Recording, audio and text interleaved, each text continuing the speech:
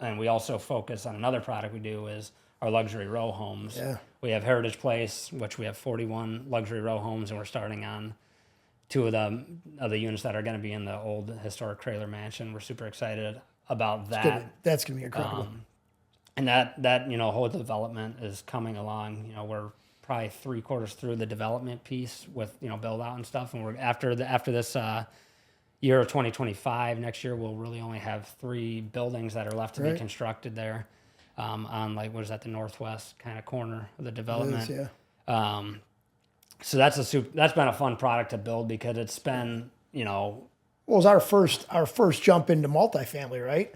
And right there in the middle of the historic district of downtown Naperville is pretty exciting. Yeah, and I think the vision, we had a pretty detailed vision for that going into the project, but then I think what it's become has been even more than we had even imagined, right? Some of these units that we're walking in, 2 of the larger end units that were closing recently, I walk in there and it's like, holy crap, the detail that the design team here has put together with the buyers. I mean, my gosh, I walk in, I'm completely stunned on the look of these units. And people dig those units because I call them units; they're more like residences, luxury residences, right? But people dig the area. It's in the historic district. You can walk to the train, jump on a 38-minute train to Chicago. You can, walk to downtown Naperville. You can walk to North Central College if you want to go to their coffee shop there. I don't know what they call it nowadays, but back when I went there, it was the Boiler House.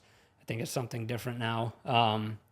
But yeah, that area there has so many amenities. It's such a great product for people that are looking to have that really high-end, elevated kind of level of living, but not have to worry about maintenance. Turn the key and leave, and have kind of a nice community built around it, right? Very much so, yeah. Everyone there has kind of common purpose, and great garage. They got most of the units got 2 cars. Some of the units got 3-car garages. So yeah, it's awesome. Everybody that drives by it, I think, is kind of in awe from what the very early stages they were unsure. Yeah. But now it's just. Yeah, I was just standing on the sidewalk yesterday at that development, and one of the neighbors was walking their dog and complimented us on how it's come along. He said he loves the project, and it's cool to hear things like that because sometimes it just pays to hear kind of good. Well, yeah, neighbors overall a lot of times don't like change in the neighborhood. Yeah, you definitely and doing a big development like Heritage Place, you definitely get it's a lot of disruption.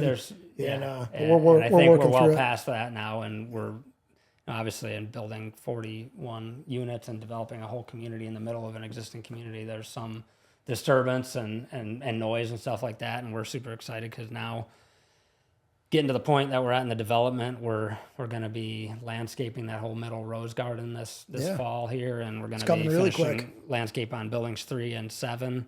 Putting more roads in within the development. So I think at the end of this fall, that whole development's really going to feel like home, right? That whole south half. Yeah. The goal there was get the whole south half done.